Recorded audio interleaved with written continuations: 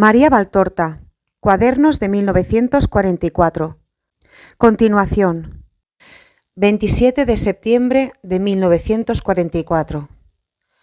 Y a mí me oprime el dolor, porque pienso en mi madre, que tuvo miedo de ti, Jesús, cuando te vio.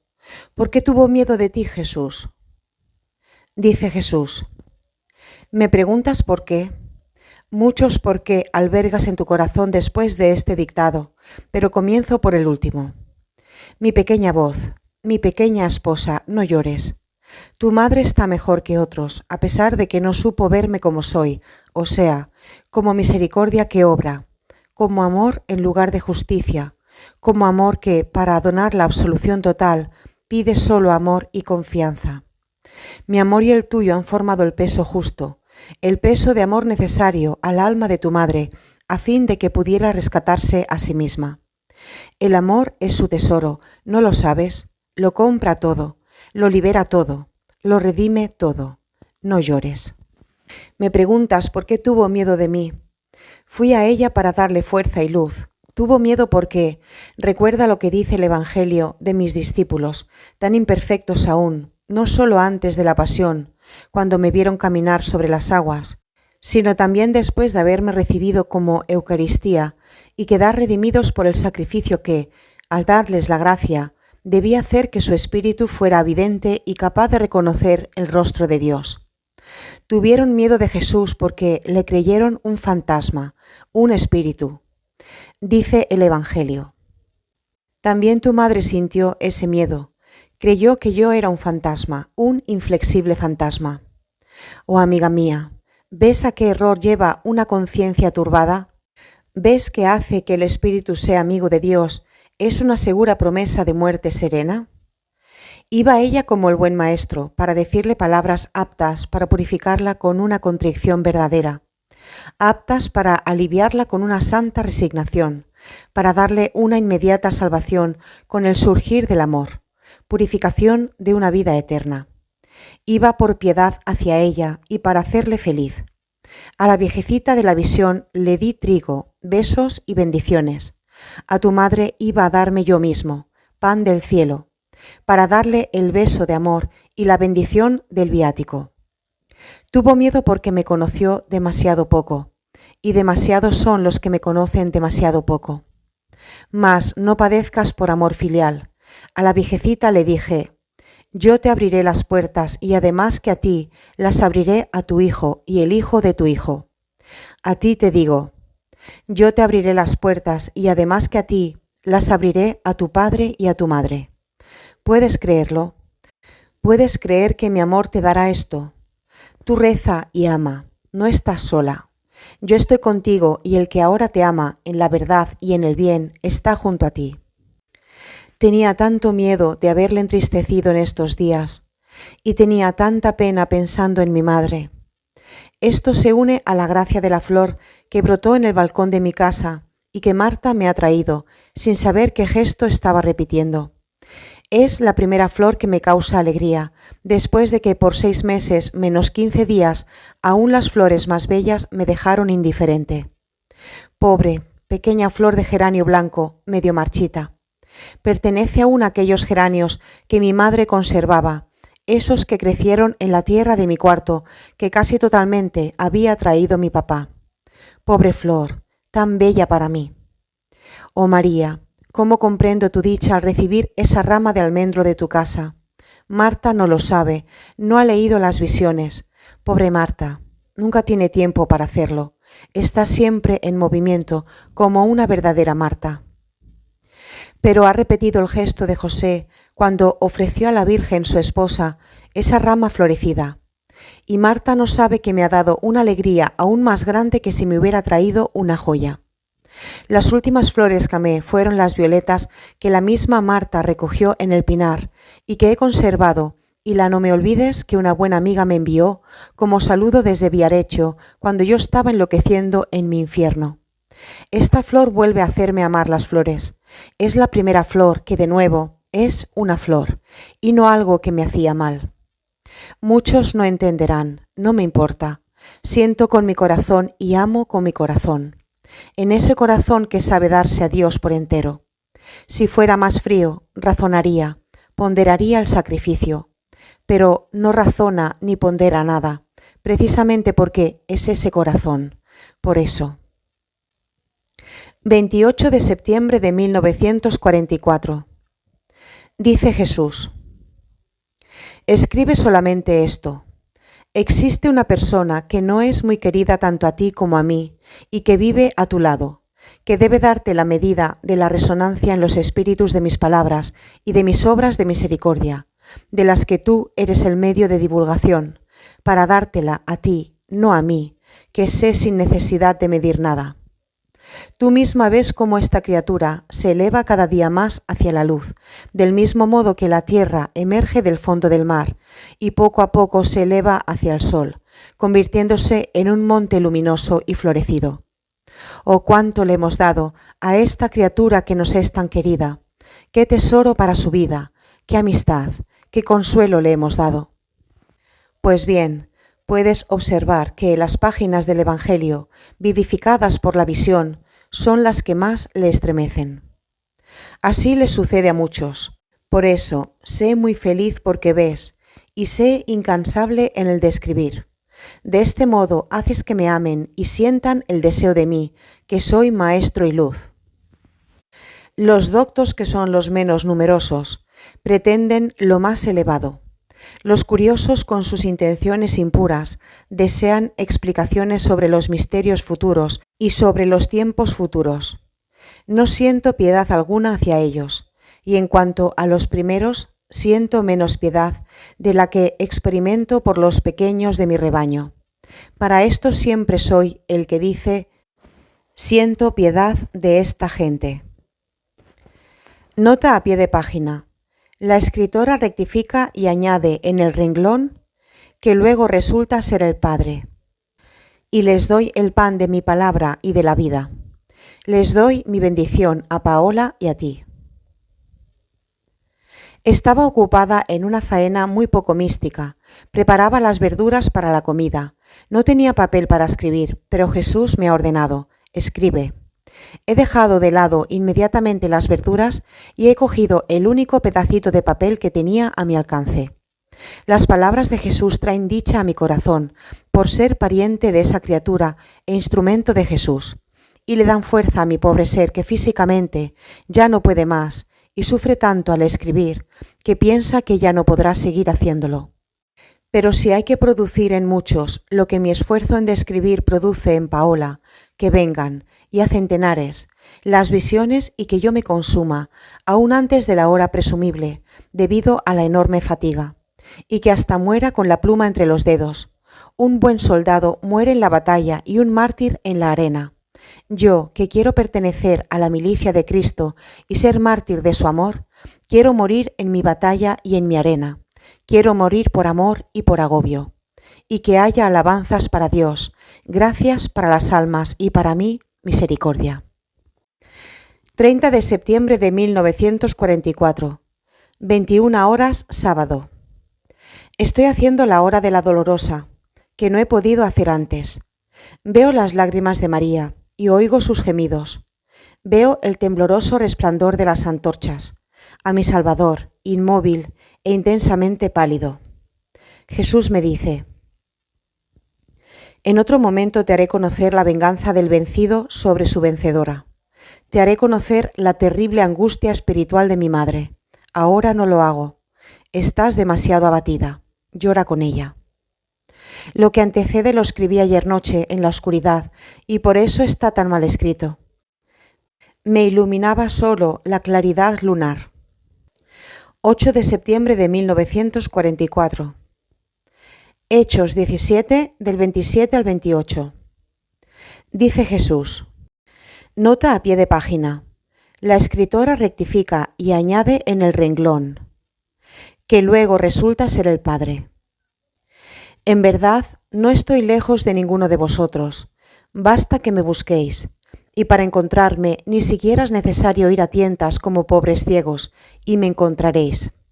¿Dónde estoy? ¿Dónde está ese Dios eterno? ¿Dónde está ese Señor del cielo y de la tierra, ese creador de todos los hombres, derivados de aquel hombre que fue la obra maestra de la creación y que ahora es la piedra de toque de su bondad? ¿Acaso es necesario recorrer montes y valles, navegar por los mares, enfrentar los desiertos o simplemente salir de las casas y de las ciudades para encontrarle en ciertos lugares especiales? No es así. Es verdad que hay templos e iglesias elevados al nombre y al culto del Dios omnipotente, y que en ellos está el sol sin ocaso de la Eucaristía, que convoca a los hombres para inflamarles, para nutrirles, para purificarles, para hacerles una sola cosa con la carne eucarística, o sea, con mi amado y dilecto. Mas, ¿solo allí tenéis a Dios? No. Dios está en vosotros, regocijado en sus santos, paternal en sus hijos, severo en sus enemigos.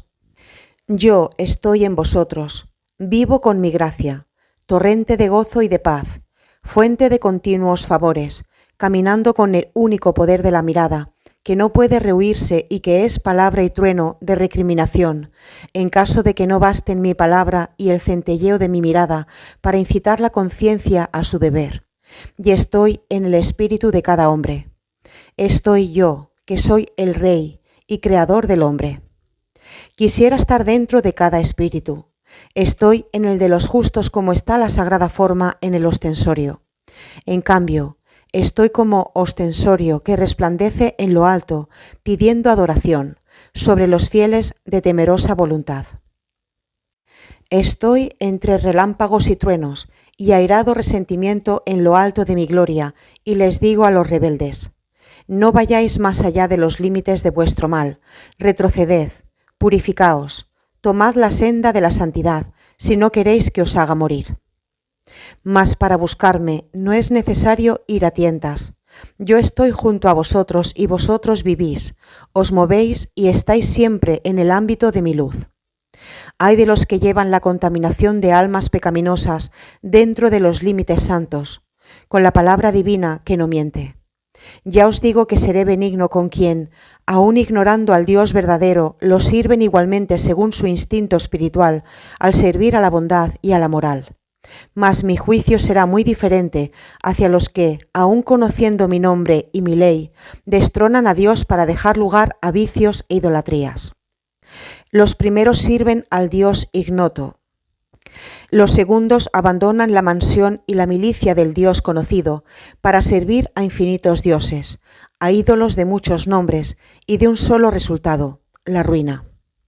Y el Hijo, que murió para que todos amaran al Dios verdadero, el Hijo que fue elegido por el Padre como juez, así como fue designado como hostia del mundo, puede ser magnánimo hacia los que, con obstinada maldad, permanecieron en sus idolatrías.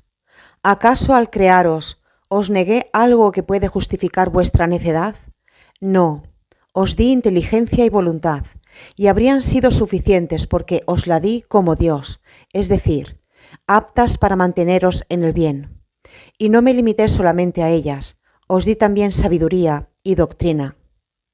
Se ha dicho todo lo que el hombre debe hacer para ser mi hijo. El que no lo hace es porque no quiere serlo. Por lo tanto, no debe murmurar si Dios es para con él severo como un juez indignado, en lugar de ser amoroso como un padre hacia sus hijos. 11 de octubre de 1944. Anteayer y ayer hubo solo silencio y oscuridad, pero no hubo desconsuelo porque, si bien la bondad de Jesús le evitó a mi cuerpo agotado y sumamente dolorido el ajetreo de escribir, no hizo más que consolar mi espíritu con su invisible presencia, luminosa y sonriente, completamente para mí. Y toda la serenidad de esos ojos santos se volcó en mi corazón. Oh tesoro mío, desconocido para el mundo, tesoro desconocido aún para el mundo que me está más cerca, o sea, para los que conviven conmigo y me ven ocupada simplemente en leer mis oraciones o en bordar puntillas, o en comer una fruta o hablar de temas comunes, y no saben que mi mejor parte no hace más que adorar al Dios que ve y hablar con Él y escucharle hablar. A veces noto que estoy sonriendo al pensar que quien está conmigo no sabe en realidad con quién estoy, y en cambio otras veces sufro, cuando en presencia al santo e invisible, del puro y adorable, se tocan temas que no son santos, que no son puros, que no son piadosos. La gente no puede saberlo y yo no puedo decirlo. Pero qué conmoción me provoca y qué vigilancia ejerzo para remediar con actos de amor, de fe, de esperanza, de pureza, la consternación provocada en mi Jesús por esas conversaciones. Y esa consternación debe ser muy fuerte si ya en mí, que soy un pobre gusano, suscita tanta pena solo porque mi Jesús me ha comunicado una pizca de su modo de sentir y de pensar. Esta mañana siento ese gozo activo que en mí siempre es preludio de su palabra. Lo explicaré como pueda. Siento un gozo pasivo cuando, como sucedió ayer y anteayer, me regocijo por la presencia, pero ella no me llama a su servicio. Siento un gozo activo cuando ese algo indescriptible que experimento me dice: sierva de tu Jesús, Él te llama, sírvele. Entonces paso de la serenidad al alborozo del espíritu, de la paz a una suave condición que me eleva. Si pudiera moverme, creo que iría de aquí para allá, en casa, o mejor, fuera de casa, por la fuerza de esta dicha y de ese brío que penetra en mí. Pero tal como estoy, no tengo más desahogo que el canto. Luego me produce esa languidez que me muda la expresión, esa languidez en que me disuelvo en una dulzura que no es de esta tierra. Y paso de esa languidez y la tarea propiamente dicha de escribir el dictado o de escribir lo que se presenta a mis ojos. Si se trata de escribir al dictado y si el dictado se refiere a un pasaje de la Biblia, entonces, antes que nada, Jesús me hace abrir en la página en que se encuentra lo que quiere explicar. En cambio, si se trata de un dictado sin referencias particulares, entonces no me hace coger ni la Biblia ni ningún otro libro sacro. Si se trata de una visión, se presenta, como ya he dicho, con una figura inicial, que generalmente representa el punto culminante de la visión, y luego prosigue con orden su desarrollo. Tan pronto como se presenta, me colma de una dicha aún más viva. Cuando la visión tiene un desarrollo ordenado, comienza desde el principio. Cuando se presenta en un punto culminante, describo dicho punto y luego, cuando se evidencia la parte precedente, escribo esa parte y lo que sigue. Así ocurrió, creo, en los primeros días del mes de agosto, con la visión del rabí Gamaliel. Jesús me ha dicho que repita una vez más, para iluminar mejor al que está a oscuras o al que quiere quedar a oscuras sobre mi caso. Ahora me manda abrir la Biblia. Entonces, hoy se trata de un dictado. Copio el pasaje que me indica, porque así me lo dice. Se trata de Jeremías, capítulo 42, versículos 10, 11, 12, 13, 14, 15, 16. Si os quedáis tranquilos en esta tierra, yo os levantaré y no os destruiré. Os plantaré y no os desarraigaré, porque ya me he aplacado con el mal que os he hecho. No temáis al rey de Babilonia, que os hace temblar, porque yo estoy con vosotros para salvaros y libraros de sus manos. Y os traté con misericordia, y tendré piedad de vosotros, y haré que habitéis en vuestra tierra. Mas si decís, no habitaremos en esta tierra, no prestaremos oídos a la voz del Señor Dios nuestro, y agregáis, ni por asomo nos quedaremos, iremos a la tierra de Egipto, donde no veremos más guerras, no iremos más el rencor del cuerno, no padeceremos más hambre, y allí nos quedaremos. Escuchad a tal propósito la palabra del Señor. Esto os dice el Señor de los ejércitos, el Dios de Israel. Si os obstináis a ir a Egipto, y si vais para vivir allí, la espada que teméis os alcanzará en la tierra de Egipto, y el hambre que tanto os preocupa caerá sobre vosotros en Egipto, donde moriréis. Dice Jesús: la paciencia y la obediencia son dos grandes virtudes. La paciencia aporta la paz. La paciencia aporta la amistad con Dios, el respeto a Dios, la caridad hacia el prójimo, la salud espiritual y física y las bendiciones celestiales. El impaciente está inquieto. Dios no está en la inquietud, pues se hace sentir solo en la paz del corazón. También un corazón apenado puede estar en paz. Hay paz cuando hay resignación, Mas en el corazón que se empecina ante la voluntad eterna y el embate de las cosas comunes, siempre hay esfuerzo, sufrimiento, inquietud. Como si sirviera ser inflexibles y obstinarse como mulos, reacios a desviar a su propio favor el curso de las cosas, aun el de las más humildes. Mas no es así, hijos míos. Las cosas humanas no se doblegan, y si oponéis resistencia, os doblegan duramente con el rigor de las leyes o de los superiores. Y en cuanto a las sobrenaturales, es más fácil que se modifiquen ante una filial y dócil sumisión vuestra, y que no lo hagan ante vuestra arrogante rebelión. El impaciente termina por no tener respeto hacia Dios. Para él es fácil pasar a pensamientos, actos y palabras que nunca deberían brotar del corazón de su hijo y súbdito respecto a la paternidad y majestad de Dios. El impaciente es soberbio, se cree más justo que Dios y del que le dirige, y por lo tanto desea obrar por sí mismo. El impaciente llega hasta hacer desaires hacia el prójimo y le hace responsable del atraso en obtener lo que desea. El impaciente daña su salud espiritual al ofender la caridad hacia Dios y hacia el prójimo, y daña su salud física, porque todo resquemor deprime el organismo. El impaciente cierra con el dique de su rebelde impaciencia los ríos de las bendiciones celestes. ¿Creéis no merecer ese sufrimiento por el que padecéis? ¿Sois acaso perfectos monstruos de soberbia, tan perfectos que proclamáis no tener culpas por expiar? Miras hacia atrás, hacia vuestro pasado. No digáis, no maté, no robé. No son solo esas culpas que merecen un castigo, y no roba solamente el que se oculta en un zaguán y luego asalta al que pasa. Oh, se puede robar de tantos modos, y pueden robarse muchas cosas, no solo dinero. ¿Queréis conocer algunos objetos que pueden robarse, además de las monedas, las alhajas y los bienes materiales? Son el honor, la pureza, la estima, la salud, las ganancias, y en cuanto a Dios, el respeto, el culto sincero y la obediencia hacia Él. ¿Veis? Yo os he citado solo algunos. En cambio, ¿cuántos y cuántos otros robos practica hasta el hombre aparentemente más honesto? ¿Acaso no mata al que lleva a su prójimo a la desesperación, aun cuando el desesperado no se mate? Sí que mata la parte más selecta, el espíritu, que en su desesperación se aparta de Dios, matriz de todo hombre destinado a nacer para el cielo, y por eso muere. ¿Acaso no comete un robo el que quita la fe del corazón de su prójimo? Sí que lo comete, y sin embargo, ¿cuántos arrancan la fe, con obras y palabras, a quien creía en su justicia y siembra en él la incredulidad hacia toda fe o la venenosa planta de la idolatría?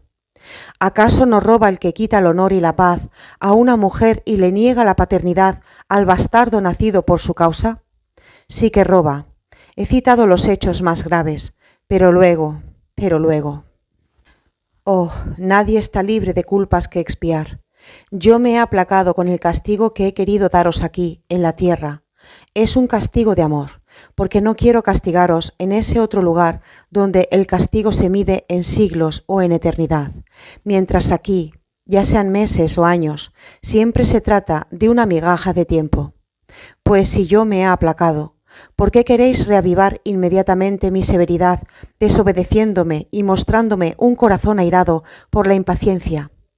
Haced que Dios os sea amigo, y Dios estará con vosotros contra los enemigos, que son los hechos de la vida, las consecuencias de la tragedia que habéis provocado con vuestra culpable ligereza, al dejar que Satanás y los demonios menores quedaran libres de torturar al género humano. Mas, si queréis hacer lo que más os gusta, según la antigua soberbia de la raza humana, si queréis hacerlo, sordos a las voces celestiales que desean vuestro bien, sordos a las voces de la caridad y movidos por el sentimiento de egoísmo que aborrezco, yo os digo, hacedlo, mas no evitaréis lo que habríais evitado si os hubierais entregado a mí, y entonces será inútil llamar a Dios. Luego Jesús me dice, esto es para ti, pero no para ti sola, que cada uno tome su parte y la use como medicina.